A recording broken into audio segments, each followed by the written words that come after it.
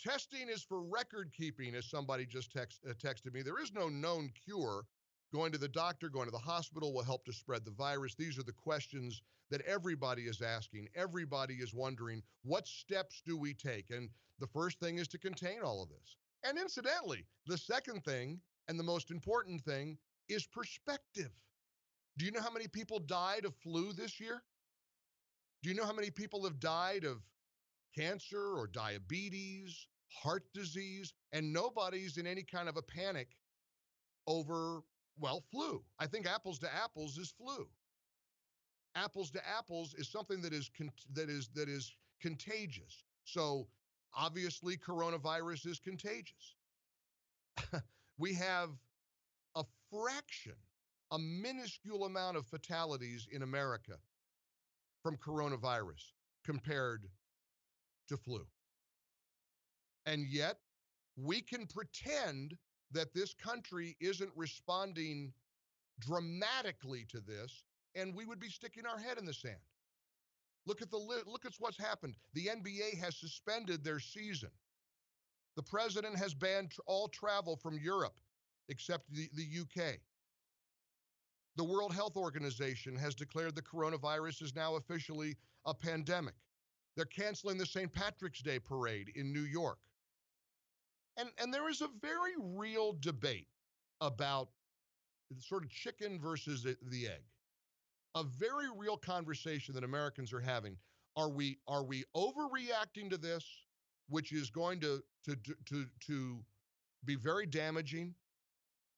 Or are we having an ambivalence that we shouldn't have? Well, it's not that bad. Just hang in there. It's going to be okay. Just go about your life. Every facet of life is now being scrutinized. Just saw a bulletin, a news flash about one of the big cruise lines suspending all cruises worldwide. And the politicization of this is despicable. And we know what drives it. Give you a perfect example. The president had a very important, calming, reasonable address from the Oval Office last night.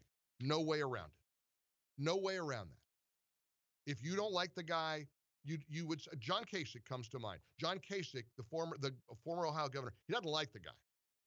He wouldn't even go attend the Republican National Convention in his own state of Ohio because he hated Trump so much. So he goes on CNN last night and has the same conclusion that every normal person would have, that the president had a reasonable, calming, fine speech, announcing the travel ban from Europe, instructing people again, wash your hands. If you're not feeling good, go home. Accurately conveying that this came from China. There wasn't anything untoward at all or unusual about the president's address. And of course, his haters and his critics, oh my gosh, he was nervous. He didn't look he's reading off a teleprompter and he's sitting in the Oval Office giving a very important presidential address. But I want you to hear this exchange. And this is what helps us remember perspective as people are concerned and worried. The word panic keeps coming up. And incidentally, if you don't think people are fearful, go up and down the shelves of any drugstore, any grocery store in America, try to find hand sanitizer, disinfectant wipes, even look on Amazon. They're sold out. People are strongly responding to this.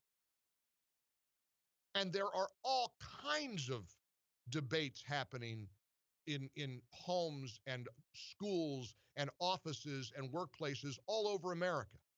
There's a big controversy at CPAC because there was somebody who tested positive at CPAC. You think about all the prominent people, including U.S. congressmen, who are now self-quarantining because they had contact with the person at CPAC. And there's a demand that that person be identified. You know anything about HIPAA laws and the protection of somebody's confidentiality? The person who tested positive at CPAC doesn't want to be identified. I suppose they can certainly identify themselves if they want to, but you can't force somebody to be identified for testing positive for a virus. And yet, CPAC and the American Conservative Union, Matt Schlapp in particular, they're getting pounded over this, saying that it's irresponsible not to identify the person.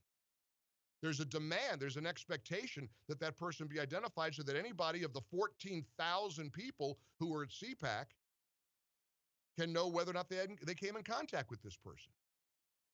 Again, we're having difficult conversations in this country right now. We ought to have them. We ought to, and we ought to be unified and get through this together.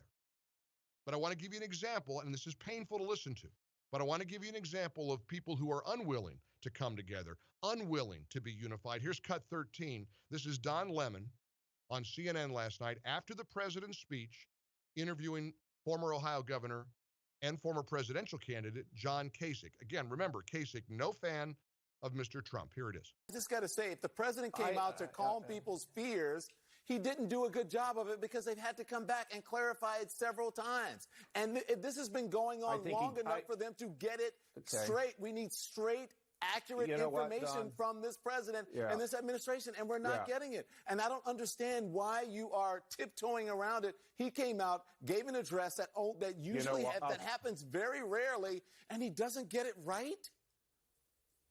I'm going to tell you, first of all, he read it. And somebody that wrote this, look, I don't want to get into that. Was why on not? today. That's why you're here, to talk about the president's address. Can I finish now? No, Let me talk. No, you can't, John, because we're here to talk about the president's.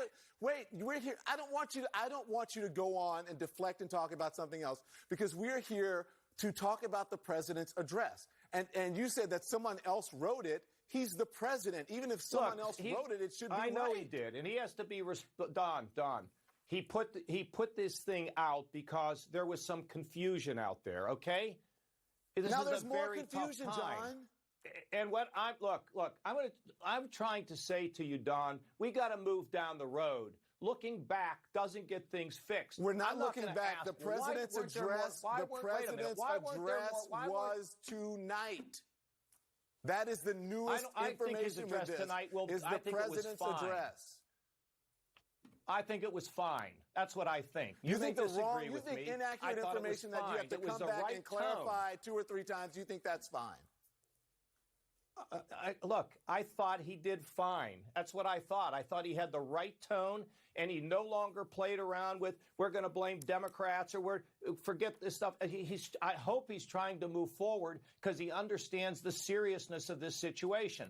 Now, the fact that they clarified, it isn't unusual in a speech for somebody to clarify something, okay? But I don't think that the tone he showed tonight takes away from some clarification. I think he set a serious tone. That's what I wanted out of him for a long time, and I think we got it.